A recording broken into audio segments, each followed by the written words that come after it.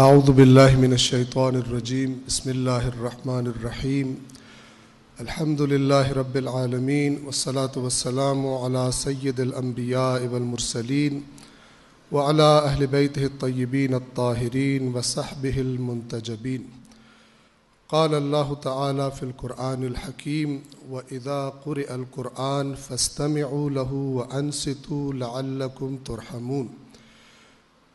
اللہ تبارک و تعالی قرآن کریم میں ارشاد فرماتا ہے کہ جب قرآن مجید پڑھا جائے تو غور سے سنو اور خاموشی اختیار کرو تاکہ تم پر اللہ کی رحمت ہو، اللہ کی رحمت کے مستحق قرار پاؤ۔ میرے پاس چند آیات ہیں، وقت بہت مختصر ہے، اپنی عرائض آپ کی خدمت میں پیش کرنے کے لیے شکر گزار ہوں انتہائی محترم آغا سید جواد نقوی کا کہ جنہوں نے یہ موقع فراہم کیا اور اس گلدستے کو اکٹھا کیا۔ ایک مرتبہ جب ایران میں تھا تو اخبار میں ایک خبر پڑھی، رہبر معظم انقلاب اسلامی آیت اللہ العظمیٰ خامنائی، انہوں نے یہ فرمایا کہ اگر آج کے دن رسول اللہ دوبارہ ہمارے درمیان آ جائیں تو میرے خیال میں جو سب سے پہلا کام وہ کریں گے وہ اس بکھری ہوئی اپنی امت کو اکٹھا کرنا ہے۔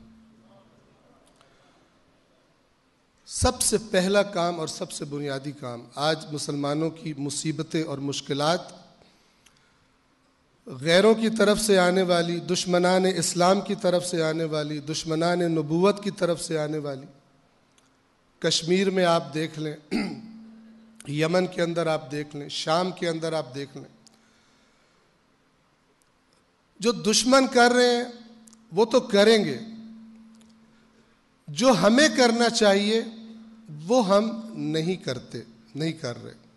آغا صاحب کا بھی شکر گزار ہوں اور ان تمام دوستان کا بھی، برادران کا بھی جنہوں نے پاکستان میں مختلف شہروں میں جا کر دعوتیں دیں اور آج یہ گلدستے کی شکل میں یہاں پر سب حضرات جمع ہیں تمام مسالک سے۔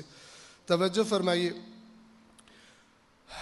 سورہ آل عمران آیت نمبر 104 اور 105 وَلْتَكُمْ مِنْكُمْ أُمَّةٌ يَدْعُونَ إِلَى الْخَيْرِ، تم میں سے، اللہ کا کلام ہے، بس توجہ سے سنیے گا، وقت انتہائی مختصر ہے، تم میں سے ایک امت، ایک گروہ ایسا بن جائے، وہ کیا کرے؟ یدعون الی الخیر، خیر کی طرف دعوت دے، ویأمرون بالمعروف، امر بالمعروف کرے، وینہون عن المنکر، منکر سے منع کرے، وَأُولَئِكَ هُمُ الْمُفْلِحُونَ، اور یہی لوگ کامیاب ہیں۔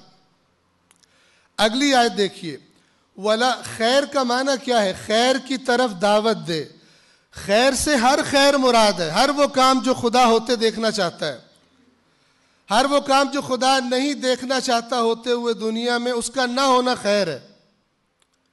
لیکن اس آیت سے پہلی آیت، وہ جو مشہور آیت ہے، جو پڑھتے سب ہیں، تذکرہ سب کرتے ہیں لیکن عملی قدم بہت کم اٹھاتے ہیں، وہ آیت کون سی ہے؟ وَاعْتَصِمُوا، ابھی آپ نے سنی تھی، وَاعْتَصِمُوا بِحَبْلِ اللَّهِ جَمِيعًا وَلَا تَفَرَّقُوا، اللہ کی رسی کو مضبوطی سے تھام لو اور تفرقہ نہ کرو۔ اس سے اگلی آیت نمبر 104 جو میں نے پڑھی کہ تم میں ایک گروہ ایسا ہو جائے جو خیر کی طرف دعوت دے، اس سے اگلی آیت 105 نمبر، توجہ فرمائے، خیر کا اصل مقصد کیا ہے، مطلب کیا ہے یہاں پر؟ وَلَا تَكُونُوا كَالَّذِينَ تَفَرَّقُوا وَاخْتَلَفُوا مِن بَعْدِ مَا جَاءَتْهُمُ الْبَيِّنَاتُ، اے مسلمانوں، اے قرآن پر ایمان رکھنے والوں، ان لوگوں کی طرح نہ بننا جنہوں نے بینات اللہ کی طرف سے آ جانے کے بعد، واضح چیزیں، واضح بنیادیں جن پر متفق رہنا تھا، ان کے آ جانے کے بعد تم نہ ان کی طرح بننا جنہوں نے تفرقہ کیا اور اختلاف کیا۔ یاد رکھیے، اللہ تعالیٰ کبھی ایسی بات نہ کرتا ہے، نہ کر سکتا ہے جو ہو نہ سکتی ہو، جو وجود نہ رکھتی ہو۔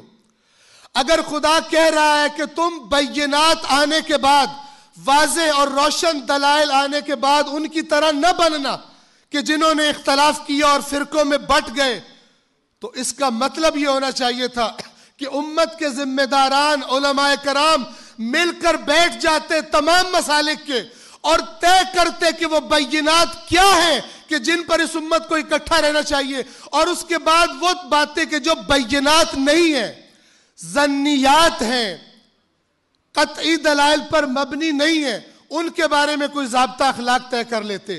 یاد رکھیے یہ کانفرنس ہے، یہ پہلا قطرہ ہے۔ ان کے اندر انسان جب مختلف مسالک کے لوگوں کی باتیں سنتا ہے، ہو سکتا ہے آپ ایسی باتیں سنیں جو آپ کو پسند نہ آئے، ممکن ہے۔ ہو سکتا ہے برادران اہل سنت کوئی ایسی بات یہاں سے سنے کہ جن سے ان کو اتفاق نہ ہو، کوئی مسئلہ نہیں ہے، کوئی پرواہ نہیں ہے۔ ہم کو بینات طے کرنی ہے۔ خدا توفیق دے، آغا صاحب سے بھی وہ پہلے سے مجھ سے پہلے، میری حیثیت ادنا ہے، اس فکر میں ہوں گے، اور یہ اسی فکر کا شاخسانہ ہے۔ اس طرح کے پروگرام بھی ہوں، اور وہ پروگرام بھی ہوں کہ جہاں پر صرف علماء کرام مل کر بیٹھ جائیں۔ اس ملک میں جب محرم وغیرہ آ رہا ہوتا ہے تو فتنہ فساد روکنے کے لیے ایڈمنسٹریشن علماء کو جمع کرتی ہے، یہ شرم کی بات ہے۔ علماء کو رہنمائی کرنی چاہیے کہ فتنہ فساد نہیں ہونا چاہیے، علماء کو ضابطہ اخلاق طے کرنا چاہیے۔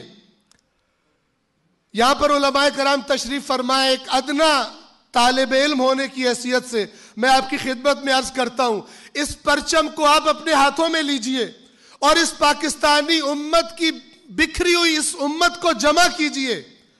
پاکستانی قوم میں بہت پوٹینشل ہے، جب سے پاکستان وجود میں آیا ہے اکثر خائن اس پر حکمران رہے ہیں، اکثر نے لوٹا، اس قوم کی تربیت نہیں کی، اس امت کی تربیت نہیں کی اس لا الہ الا اللہ محمد الرسول اللہ کے پرچم کے نیچے۔ یہ ملک اس دین کے نام پر، اس کلمے کے نام پر حاصل کیا گیا تھا، اور اس کا پہلا سٹیپ اللہ کی کتاب کو قائم کرنا ہے۔ یاد رکھیے خداوند عالم نے بہت سی باتوں سے منع کیا ہے، لیکن جب قرآن مجید کا تذکرہ کیا تو یہ فرمایا کہ جب تک تم اللہ کے نازل کردہ قانون کو قائم نہیں کر لیتے اپنے معاشرے میں، تمہارے ہاتھ پلے کچھ نہیں ہے۔ تم جشن مناتے رہو، تم فلان کرتے رہو، تم ورد وظیفے کرتے رہو، لستم علی شیء حتی تقیموا التوراۃ والانجیل وما انزل الیکم من ربکم۔ اس زمانے میں یہ آیت نازل ہوئی تھی، یہودیوں سے کہا گیا تمہارے ہاتھ پلے کچھ نہیں جب تک تورات قائم نہ کر دو۔ مسیحیوں سے کہا گیا تمہارے ہاتھ پلے کچھ نہیں من گھڑت نظریات کو چھوڑ کر جب تک خالص انجیل کو قائم نہ کر دو۔ اور مسلمانوں کو قیامت تک کہا جا رہا ہے کہ تمہارے ہاتھ پلے کچھ نہیں ہے جب تک آیات قرآن میں بتائی گئی بینات جس طرح خدا نے بیان کی ہے اپنی نمک مرچ کو سائیڈ پر رکھ کر اس طرح قائم نہ کر دو۔ اقبال کا شعر یاد آتا ہے مجھے کہ بعض لوگوں نے قرآن مجید کے ساتھ اتنی ظلم و زیادتی کر دی ہے کہ عام بندہ اگر قرآن پڑھے تو جو کچھ اس نے سنا ہوتا ہے اپنے علماء سے اس کو لگتا ہے وہ اور دنیا تھی، یہ اور دنیا قرآن کی۔ علامہ اقبال فرماتے ہیں، فارسی کا شعر ہے، زمن بر صوفی و ملا سلامی کہ پیغام خدا گفتند مارا۔ میری طرف سے صوفی اور ملا پر سلام کہ انہوں نے اللہ کا پیغام ہم کو سنایا ہے۔ ولی تعویل شان در حیرت انداخت خدا و جبرائیل و مصطفیٰ را۔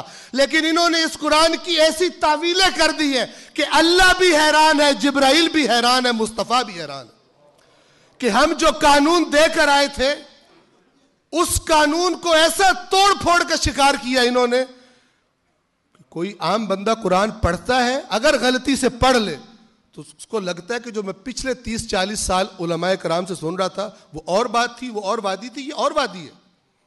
وہ پھر جب کسی کے پاس جاتا ہے قرآن کو لے کر کہ آپ نے یوں فرمایا، قرآن میں یوں لکھا ہے، تو وہ کہتے ہیں تیری اوقات ہے قرآن پڑھنے کی۔ میں باتیں بہت ساری کرنا چاہتا تھا لیکن وقت کم ہے۔ یہ جو ہے نا ولا تکونوا، یہیں پہ بات کو ختم کروں گا۔ ولا تکونوا، ان کی طرح مت بننا، ہم بن چکے ہیں۔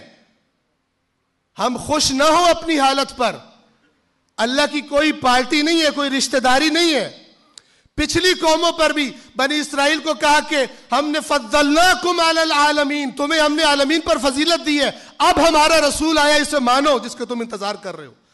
جب نہیں مانی ضربت علیہم الذلۃ والمسکنہ ولن تجد لسنت اللہ تبدیلا، ذلت اور مسکنت دیکھ ماری گئی ان پر، کیونکہ انہوں نے موسیٰ کا اصلی پیغام بھلا دیا تھا، انحراف شدہ تحریف شدہ دین پر عمل کر رہے تھے اپنی مرضیوں کی۔ اللہ جو عزت دیتا ہے وہ عزت چھین بھی لیتا ہے۔ آج دیکھیے مسلمانوں کی کیا حالت ہے، ہمارے اپنے بھائی کشمیری بھائی کیا ہو رہا ہے ان کے ساتھ،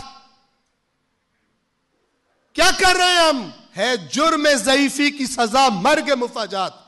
اللہ تبارک و تعالی نے فرمایا تھا وَأَعِدُّوا لَهُم مَّا اسْتَطَعْتُم مِّن قُوَّةٍ، جتنی تمہارے اندر طاقت ہے اللہ کے دشمنوں کے لیے جو تمہارے بھی دشمن ہیں، طاقت تیار کرو۔ ہم نے سمجھا تسبیح پڑھنا دین ہے، اسلحہ بنانا دین نہیں ہے، دوسرے آگے نکل گئے، آج ہم مار کھا رہے ہیں۔ قرآن کو قائم کرنے کی ضرورت ہے، قرآن کے پیغام کو جیسا وہ ہے، وَلَا تَكُونُوا كَالَّذِينَ تَفَرَّقُوا وَاخْتَلَفُوا مِن بَعْدِ مَا جَاءَتْهُمُ الْبَيِّنَاتُ، ان کی طرح نہ ہونا۔ میں نے عرض کیا ہم ہو گئے ہیں کہ جو بینات آنے کے بعد علماء کرام سے درخواست کروں گا کہ اگر ایک پروگرام بنا لیں مستقل، تمام مسالک کے علماء اپنے آپ کو پابند کر لیں، مل کے بیٹھ جائیں، کون سی مشکلات ہیں، کون سی چیزیں ہیں کہ جو اختلاف کو بھڑکاتی ہیں، کون سی چیزیں ہیں جن کو خدا بینات کہہ رہا ہے۔ خدا بلا وجہ بات نہیں کرتا، اللہ تعالیٰ بے تکی بات نہیں کرتا، نعوذ باللہ۔ بینات کو طے کیا جائے اور وہ ساری امت کے سامنے پیش کی جائیں، اور جو چیزیں بینات نہیں ہیں رکھے اپنا اپنا عقیدہ، لیکن اپنی اتحاد کو قائم رکھتے ہوئے اپنے لیے ضابطہ اخلاق طے کرے۔ کیا علماء کرام نہیں کریں گے تو کون کرے گا؟ اگر نہیں کریں گے قیامت کے دن ان علماء کی صف میں کھڑے ہوں گے قیامت کے دن جن کی خدا نے مذمت کی ہے، جنہوں نے اپنی دنیا کی خاطر بنانے کی خاطر دین سے گمراہ کیا، حقیقی دین سے خدا کی حدود کو قائم نہیں کیا، امر بالمعروف کو ترک کیا، نہی عن المنکر کو ترک کیا، ان کی صف میں کھڑے ہوں گے۔ خداوند عالم سب کا خالق ہے، اس کا قانون سب کے بارے میں ایک ہے، شیعوں کے بارے میں بھی وہی قانون ہے، سنیوں کے بارے میں بھی وہی قانون ہے، تمام بشریت کے بارے میں ایک قانون ہے۔ جو خدا کے حکم کی اطاعت کرے گا خدا اسے دنیا میں بھی عزت دے گا، آخرت میں بھی عزت دے گا، اور جو خدا کے حکم کی الٹی سیدھی تعویلیں کر کے اپنی عوام کو خوش کرنے کے لیے اپنی مجلسیں جمانے کے لیے کام کرتے رہیں گے، دنیا میں بھی ذلیل ہوں گے۔ آپ دیکھ رہے ہیں آج دنیا کی اقوام میں مسلمان باعزت نہیں ہے۔ اس درد کو سمجھیں، ہم اس درد کو سمجھیں۔ اللہ تبارک و تعالیٰ اس طرح جنت کے ٹکٹ نہیں دیتا۔ ام حسبتم ان تدخلوا الجنہ، کیا تم یہ سمجھتے ہو کہ تم جنت میں ایسے ہی چلے جاؤ گے؟ وَلَمَّا يَعْلَمِ اللَّهُ الَّذِينَ جَاهَدُوا مِنْكُمْ وَيَعْلَمَ الصَّابِرِينَ، جبکہ ابھی تک خدا نے نہیں جانا کہ تم میں سے خدا کے راستے میں جہاد کرنے والے، کوششیں کرنے والے کون ہیں، اور جب اس راستے پر مصیبتیں آتی ہیں تو پھر ڈٹ جانے والے، صبر کرنے والے کون ہیں؟ تم سمجھتے ہو ایسے ہی نعرے مار کے جنت میں چلے جاؤ گے؟ نہیں جا سکتے۔